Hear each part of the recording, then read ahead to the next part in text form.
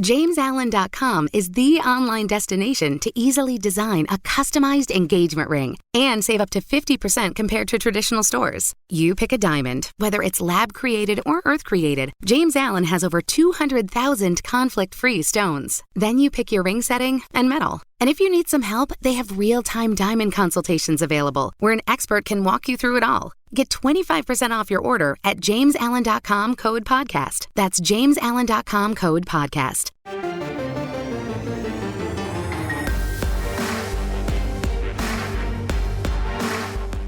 You've discovered your link to GoPowercat.com's Powercat Podcast. Now, here's your host, GoPowercat.com publisher, Tim Fitzgerald. Brandon Clark was one of those Kansas State football players that you could watch and just tell there was something special about him. You know, he's about 6'4", ran extremely well, was athletic, big, kind of had Jordy Nelson-type attributes long before Jordy arrived on the scene at Kansas State. Clark arrived in 1997 out of Valley Center, and, man, he was a good football player. During his 4-year career at K-State, he averaged 18.6 yards per reception, but he only had 25 in his career. Only 25. That's because Brandon Clark, despite all of his physical attributes, couldn't stay healthy. He kept breaking feet and injuring this and that, but it was the broken feet that just really haunted him throughout his career, including a rather horrendous break that he will talk about in this podcast. Brandon Clark flirted with the NFL, maybe would have made it in the NFL, and then guess what? An injury popped up.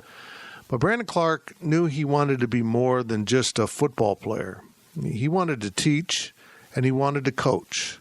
And fate would have it that a young Brandon Clark, just 25, would somehow become a Kansas high school 6A head football coach back in 2006. Derby High School wanted to get back to glory days. There was a great tradition of football at Derby, and they had gone through a down cycle, a brief one. But Brandon Clark wanted to be there. He wanted to be the head coach, and he became the head coach at a really young age. Turned out to be a good thing. Pretty good hire, I'd say, by Derby, because his Panthers just wrapped up their 6th state title in the past 8 seasons. Brandon Clark wanted to be a high school football coach. He wanted to follow in the role models that he had seen and played for. And now he is one. Now he is one of the great high school football coaches in the state of Kansas in a long, long time. Brandon Clark was born to coach, but it took him a while to come to a realization of the type of program and the type of coach he needed to be. We'll get to all that in our conversation with Brandon Clark. Welcome to the Powercat Sources Podcast, the podcast in which we talk to the people who we consider our sources, and certainly Brandon Clark is, because our guys, Ryan Wallace in particular, have talked to him so many times through the years about his many recruits. And boy, he wants his players to be K-Staters.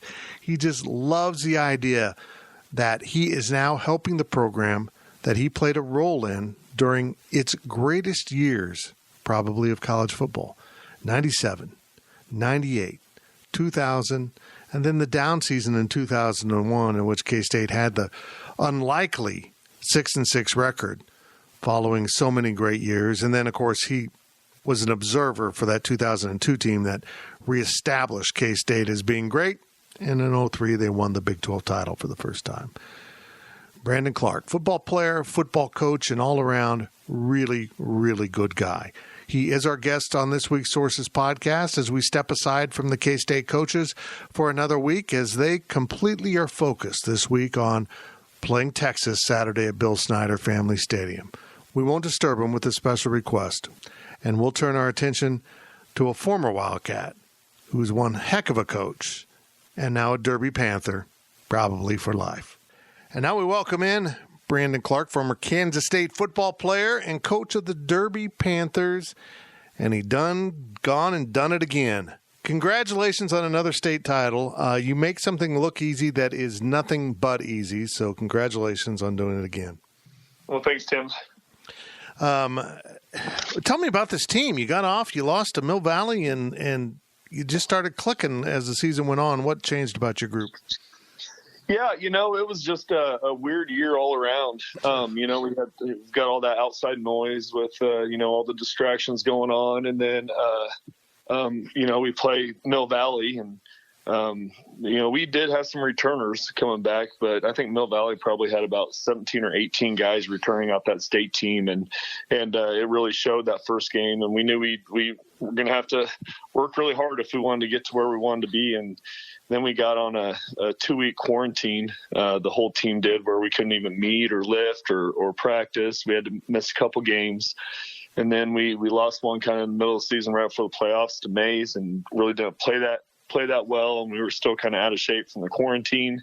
And then ever since then, the kids really refocused, got together, and just worked really, really hard, got into the film room, did a lot of good stuff, and I just saw a huge growth process from that game on. And the Mill Valley loss had a whole nother layer for you, because Joel Appleby, the coach there, is your cousin?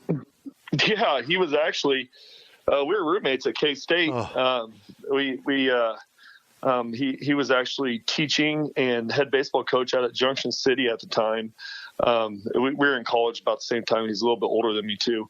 But then we always said whoever was going to get the first head football coaching job, the other one's going to have to follow. And he was either going to be my DC or I was going to be his OC. And I was lucky enough to land the Derby job. So he came down here and was with us for about 4 or 5 years, kind of helped us build what we got going on here. And then old Mill Valley stole him away from us, and he's just done wonders there. But yeah, they beat us that first game. I think he cheated, but I can't verify that yet. So we'll just go with, they got us on that first game. We'll put that in the footnotes of this podcast.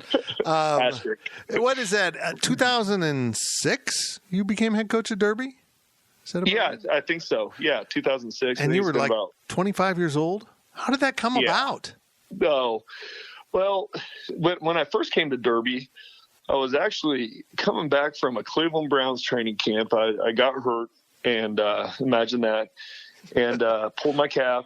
And then I was just getting frustrated because it seemed like I kept on getting hurt and really wasn't going anywhere. And the principal at Derby called me up and asked me if I wanted to come and teach. And he said he had a football assistant opening, and Tom Young was here. And I was like, I called my wife and I was like, man, this is perfect timing. Let's look into this Derby thing. And I want to go learn from one of the best. And Tom Young was the coach here. I knew he was going to retire eventually. So I wanted to come and learn from him, got here and end up not having an assistant spot. So I ended up coaching 8th grade B team football my first year here at Derby. And then he left. He retired from Derby. And then Lucas Aslam came in, who ended up leaving to go to Garden City Community College to be their DC. Then Mark Bliss came in and went 0-9. And I just don't feel like he enjoyed it here too much. So he left. So really at that point, all they were looking for was just a coach that would stay here. And that's all I basically had to say. I interviewed the year before with when Mark Bliss got the job, but I told him we plan on, our family loves it here. There's no better place than what we think Derby is. So got hired. The rest is history. Yeah, coach that'll stay there. Heck, you're never leaving, are you? Yeah, they can get rid of you now. I know, that's what I tell them. You guys are stuck with me now. I'm sorry. Let's go back to your playing days. You couldn't stay healthy. I remember you were always the guy with the broken feet.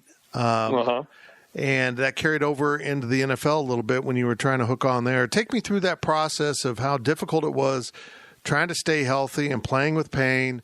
And foot pain just stinks to do anything with, let alone try to play. And then what went wrong with the NFL?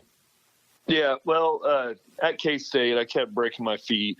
I remember one day I broke, I think it was my sophomore year, freshman year, I broke my right foot, my 5th metatarsal.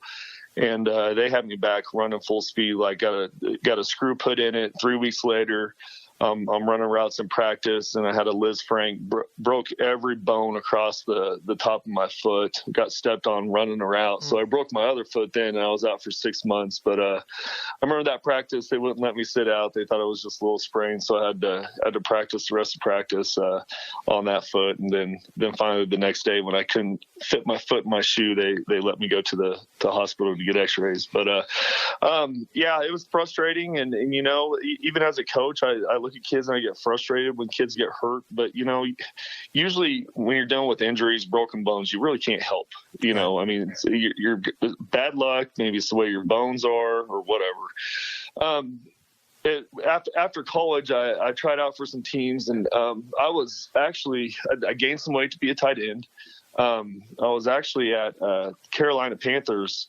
They had a tight end just go down. I think he broke his foot or his fasciitis. Was it Wesley Walls or something like that? One of their tight ends went down mid-season, and they brought me and a Chiefs guy in, old retired Chiefs tight end in, and man, I thought I did good, and I could tell I was going to sign with him and play that week. And then I saw some receivers working out. I said, "Hey, let me show you. I can do what Walls does too, and I can stand up and be a receiver also." And the first route I ran, I was supposed to be done. First route I ran, I popped my calf. So yeah, and then after that, it went to Green Bay a couple times, and I kept pulling my calf, and then had a little ankle injury. So it was just, I was made for a whistle and not football cleats, I guess. Well, it's worked out okay for you. And you end up in coaching. Mike Smith was your coach, correct?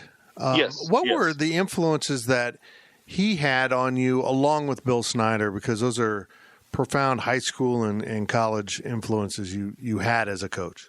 Oh, for sure. To me, I played for two Hall of Famers.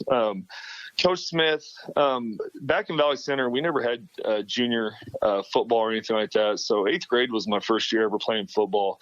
And I really didn't know if I wanted to go out for high school football because the football team was horrible. I really didn't necessarily love the game of football. I was 6'3", 130 pounds, and football kind of hurt. And Coach Smith got the head coaching job the summer before my freshman year, and he talked me into coming out. It was the best decision I ever made. Coach Smith was the coach that, you hear everybody talk about culture now and, being a family and all that stuff. Well, he did that.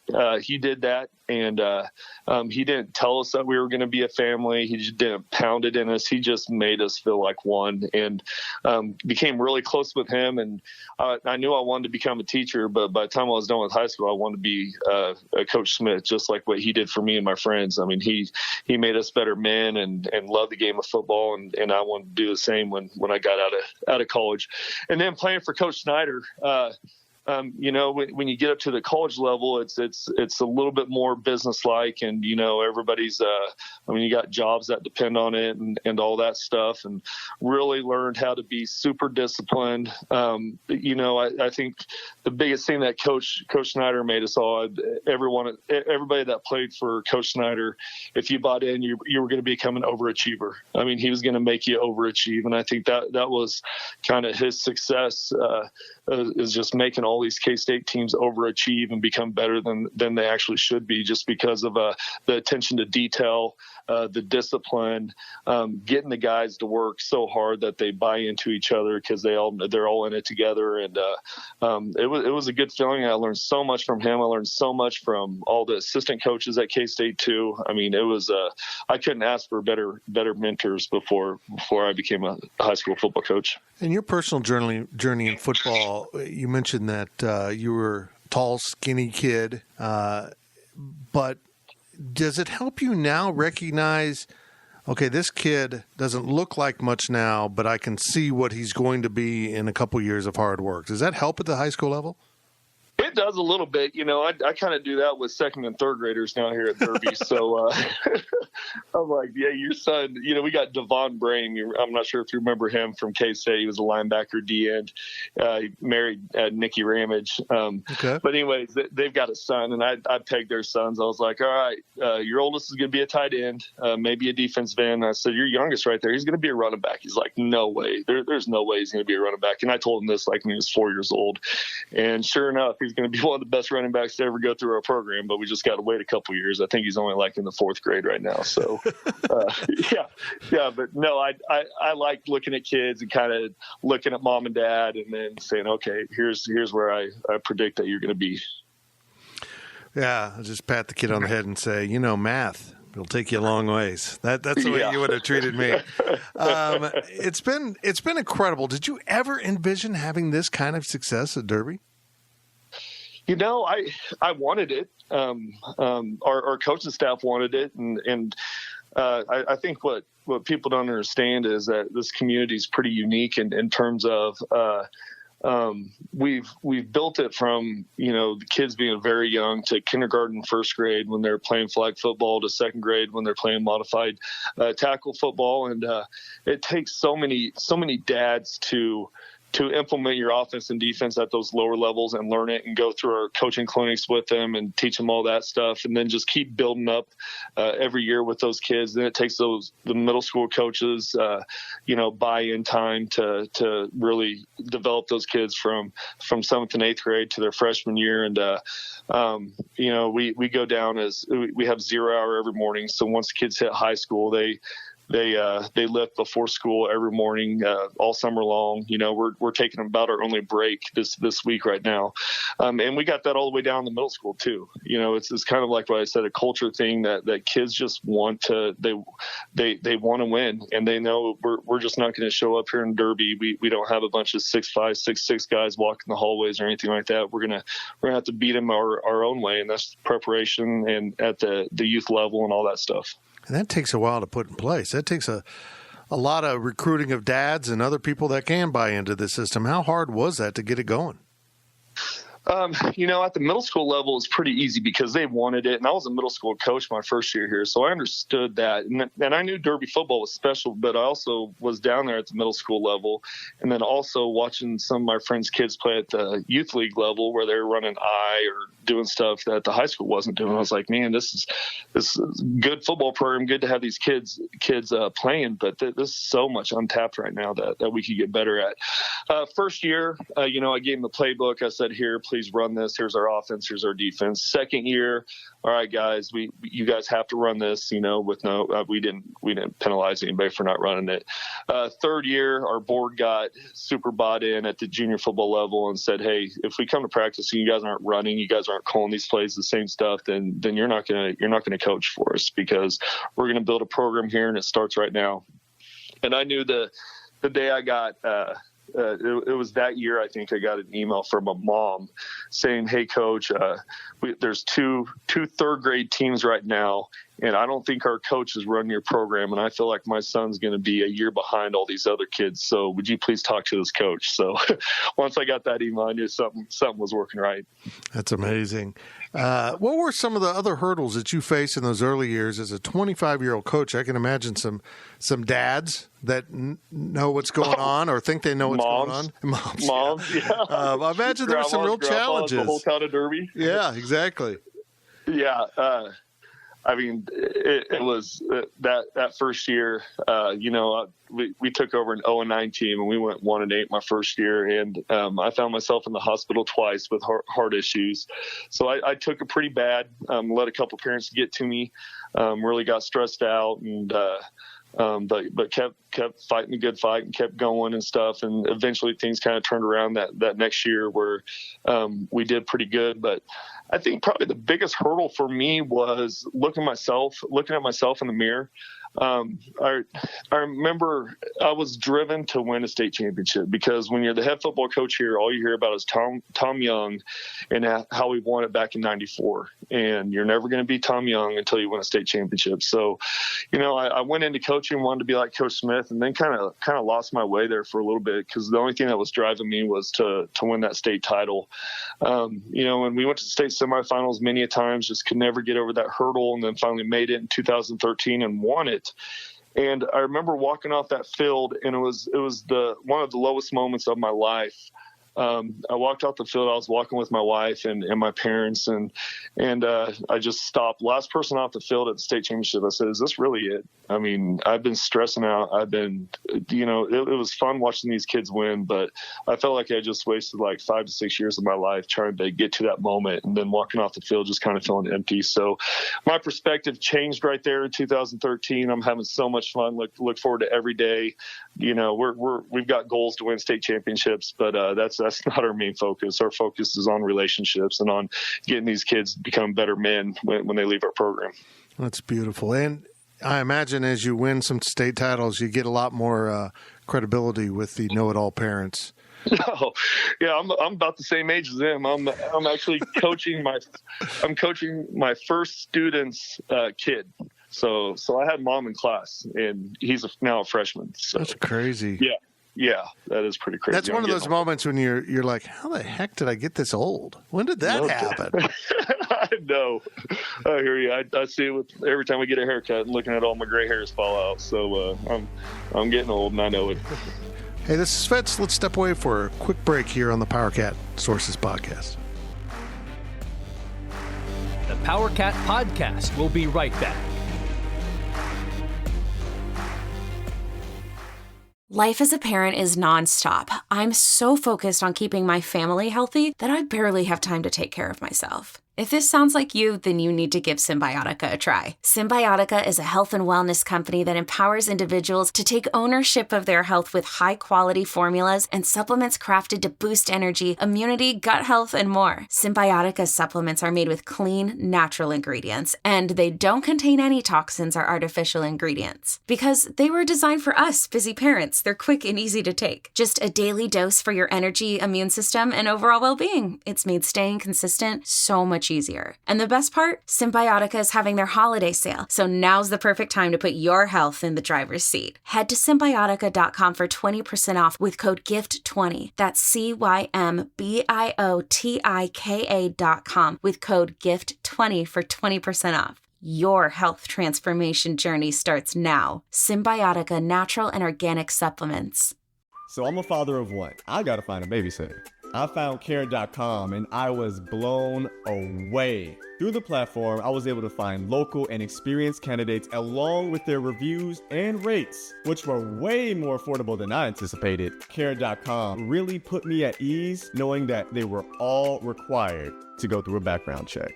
If you're like me and you need to find someone reliable for your childcare necessities, check out Care.com. Find the ideal sitters for your childcare needs.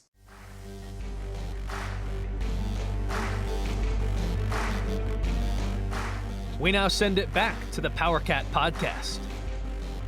Let's turn our attention to your time at K-State. What was it like playing on some of those incredible K-State football teams back in the day when you were really rolling? I've got Brian Hanley as my football analyst at GoPowercat.com, so he pitches in. And it just had to be a blast to be part of that team back then. Oh, man. I can't even tell you how much fun it was. And, gosh, we hit it to where we had so many good role models for us when we got there in 97. Everybody asked me, when did you play for K-State? And I always tell them Bishop, Beasley, L. Roberson. Those were the 5 years I was there. And, yeah. And, man, we had some good role models, Bishop, golly, he was the nicest guy in the world. He treated us like superstars. If he ever saw us out or anything like that, he would come up and just act like we were the Michael Bishop and he was the Brandon Clark. So that was really cool. Then you had the Oaks brothers that were some huge role models, and Grostidier, tight end, Swift, all those guys. Golly, we had some really, really good guys to look up to and have fun with and watch the success that they had. And like I said earlier, most of those guys, the Seminoles, they're just all overachievers. Those guys love the weight room. They love the workout part of it. And we're overachievers in the film room. And we were good because of it. And they were good role models. And then the class that I have, still best friends with all these guys: John McGraw, John Robertson, Andy Eby, Nick Warren. I mean, it goes on and on, but Ben Lieber, we all stay pretty tight and talk all the time and stuff like that too. So the bonds that we made, the friendships, like anything in life, made the football really fun, because we became family. We were all working hard and had the same goals. We all wanted for K-State to be successful in football. I mean, that was our main goal. So great guys, great memories. I wouldn't take it back for the world. I mean, it was a great experience. But man, you paid a price. When you were on those Bill Snyder teams back in that day, without some of the limitations they have now, you worked, didn't you? You worked a lot. Oh yeah. Yeah. I mean, but I think we had to, at the moment, I don't think it was too sexy and fun to, be out there when it's 110 degrees out and, practicing for 3 hours or whatever. But I mean, you just look at what he did with who he had and all that stuff. I mean, we're beating teams that we should never have beat. I mean, I always kind of related to KU. Look at, and I hate talking about KU, but look what Mangino, he took that equation that he learned there and made KU a bunch of overachievers and got good. And then they thought they were better than Mangino and went back to, hey, let's get the guy that's really popular on Twitter and all that stuff. And then look where they're at now. So I think if you're going to win in the Big 12 with teams like K-State, I mean, you've got to have that equation. And that's why I feel like our current staff too is going to be doing awesome here once they get all their, everybody healthy and a couple more years underneath them. Well, what have you noticed that's similar about this Chris Kleiman staff and maybe different, not only as coaches, but when they come recruit kids and those type of things? Coach Kleiman, I don't think there could have been a better hire. And that's just my opinion. I'm sure there's a lot of people that don't believe that.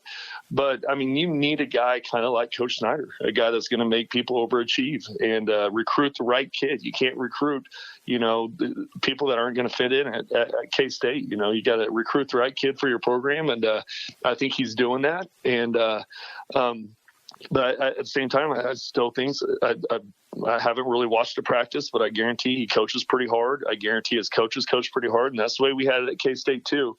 But at the same time, I hear a lot of good things that he is a player's coach. That all the kids feel like they know him. They don't fear him. They don't not like him. They really feel like they know him really well and like him a lot. When he's come up to our school, I think that first year he stopped in at Derby 3 times, and I'm not even sure why he did. But he's the first coach. He sits back in his chair, pops his feet on the desk, and just sits there and just talks, and is just so laid back. And you feel like he's one of the guys just sitting there talking to him. You get some other guys that come in and kind of feel like you're getting big boyed a little bit and stuff like that. But man, Kleiman, you can tell he's great with relationships. He's a genuine guy. I think that's probably his best attribute, is how genuine he actually is. So I think he's a perfect fit for K-State. When a coach comes in, Chris Kleiman or someone else that might even big boy you, as you said, what is your role as the head coach when someone's courting one of your players to play for them? First of all, I'm trying to get them offered. I mean, that's kind of my deal. And it's all a numbers game, and I understand it. And sometimes it's a little shady when you get up to the D1 level on how you can get a kid offered or something like that, in terms of, do we really want to be the first and everybody else? Should we hide this kid and offer him late, or should we, maybe we can get him as a walk-on or something like that? And you hate seeing kids kind of getting drugged through the process, but I'm an advocate for our kid. I am a football coach first, high school football coach. And then my second role usually is, I'm in constant contact with K-State coaches, trying to get them to offer our kids. I feel like we got a couple right now on our team that are close to hopefully getting offered at K-State and some other schools too. I just want K-State to be the first. Just being an advocate for our kids and trying to get them the most money they can, because I know my wife and I left K-State. You know, had zero college debt, and I was on full ride for 5 years, so I had zero college debt, and that kind of propelled us and financially to help us out in life. And I want to do as much as I can to help our kids, be set for life when or at least for college when they get to college and get a lot of their college paid for. And you got a couple of players that will be back for you that should be pretty darn good players, I think. And how do you think a guy like Alex Key and running back Dylan Edwards, how are they going to fit in to your team? And what do they offer maybe a prospective college recruiter? What kind of players will they be? Oh, you got to just look at Alex Key's highlights and Dylan Edwards' highlights. I mean, if you get on their huddle highlights, if Alex was 6'6", right now he's almost 6'4". Almost legit 6'4". He's just as tall as me. If he was 6'6", he'd be all world. His highlight film is just amazing. The kid has a motor. He is so tough when he puts that football helmet on. But he is the nicest kid in the world off the field. He's always helping people, giving kids rides. Got an email from a guy from the military and said, "Hey, I want to know what one of your players drives this car." And I'm like, "I don't know what our players. I'm always the first one to work and the last one to leave, so I'm not sure what our kids drive." I was like, "Why? What did this car do?" And he's like, "Well, I was at Smoothie King and I was getting ready to get a drink, and one of your players saw a military a bumper sticker and said, I want to pay for your drink and thank you for your service." And that was Alex Key. And that's the type of kid he is. He's so mature. He always helps out. We do so many community service projects, and he's always leading the way. He's a pretty cool kid. And then Dylan Edwards, holy cow. If K-State can land him, they're getting a Tyreek Hill speed. He is our best receiver, our best running back. The kid can, and he's only a sophomore. I don't care about his size or anything like that, but to me, he's one of the most dynamic football players right now in the state of Kansas, if not the most dynamic. If you look at his highlights on Huddle, and they are just absolutely amazing. And it almost looks like the whole tape is sped up, but you just see Dylan pulling away like 20 yards away from people and stuff like that. So they're two great athletes, two guys I hope find themselves at K-State, and we just got to get them offered and hopefully the first offer at K-State, so we can kind of ride that and go with that. So I'm hoping, I'm praying for it. And for clarification, Dylan's Leon's son, right? Yeah. So he didn't. Yep. He unfortunately got Dad's height. And I'll tell you, I don't care how. That almost plays in his favor, to be honest. People can't catch him, and he is so physical too. But I'll tell you, I've never seen speed like that. And we knew it. I saw it in first grade. I saw him doing flips on the football field after scoring touchdowns and stuff, while we were out there in the summer just goofing around. I was like, oh my gosh, he's going to be fun to coach. And he's finally up here. So. Yeah, kids like that make you look like a smarter coach, don't they? No, definitely. Put me somewhere else, and I'm just, I'm probably back to 1-8 again. So, definitely. You can definitely coach the speed. That is something that really helps any coach. It amazes me that such a young guy decided he wanted to go and put roots down to be a head coach long term out of school. It helps that you ended up landing what is a hotbed. It turned into a hotbed in a 6A school, and you had support in the community that wanted to do the things that you needed to do. But did you ever have thoughts about college, coaching at the next level and then the next level? Did you ever think about getting caught up in that? It had crossed my mind before, but nothing too serious, because I just see how tough it is to be a college coach and recruit all the time and be away from your family and miss all that while the kids are growing up at home and stuff. And I just couldn't do that to my wife. Always tried to push me. She's like, hey, you can go do it. I don't care. You know, if the money's better or whatever, you can go do it. We'll figure this thing out. And I was like, man, I don't know if I want to give up you guys. You know, I get to come home from school and come home from practice and hang out with you guys all the time. And I really enjoy it. I really enjoy my summers with you guys. I really enjoy my off seasons after school when I'm not coaching football.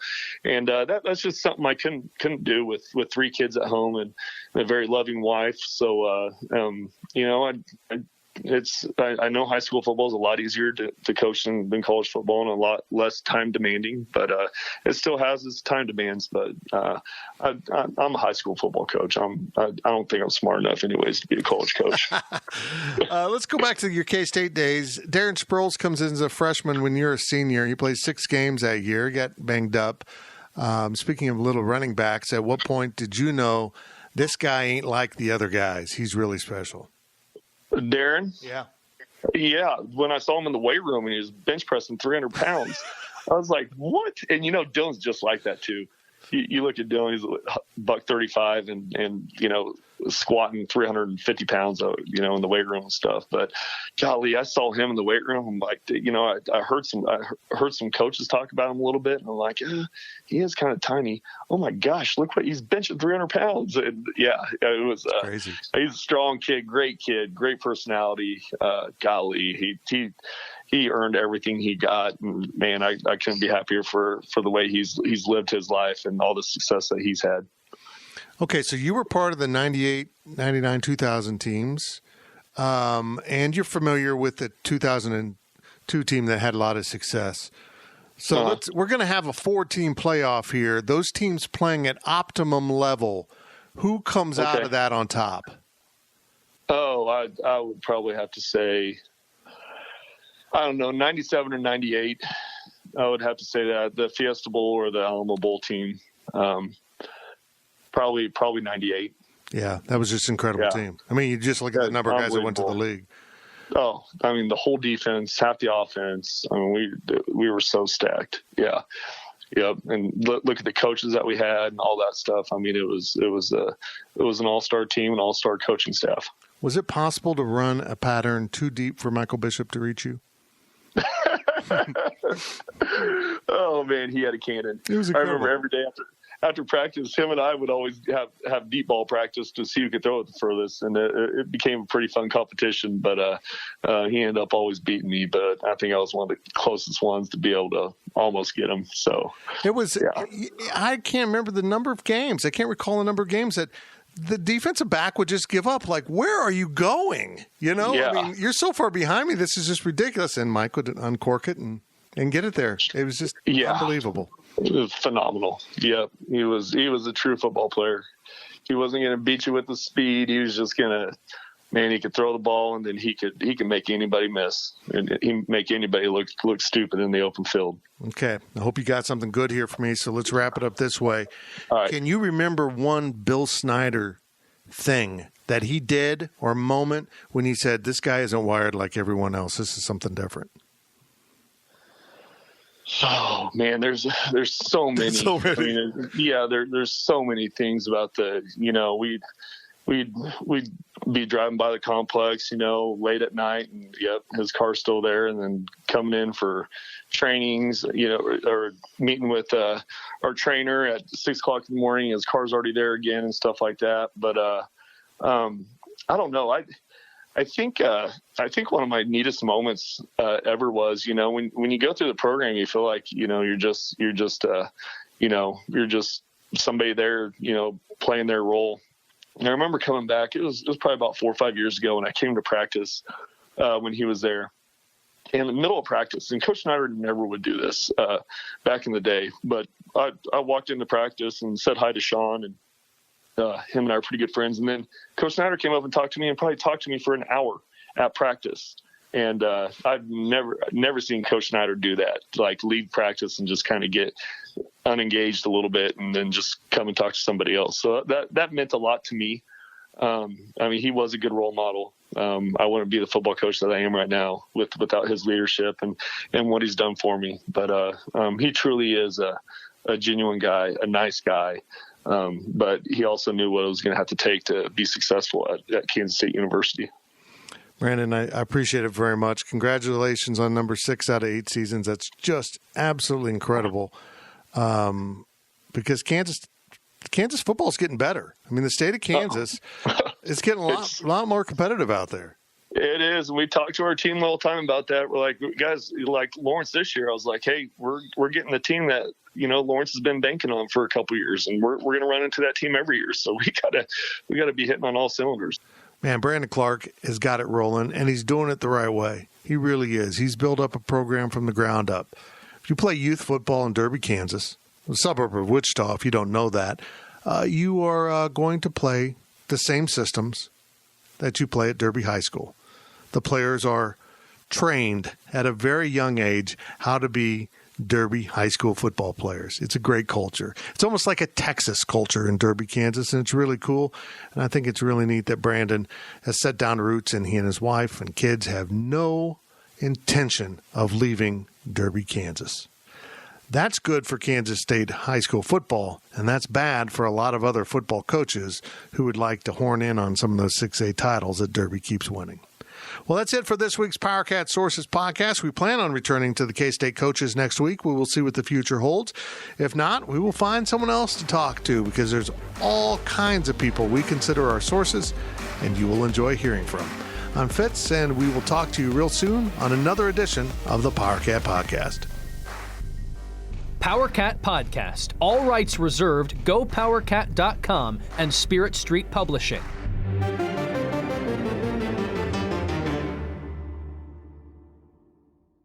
With Blue Link Plus, you can access your Hyundai Tucson Limited remotely. Doors unlocked, temperature set, lost car found.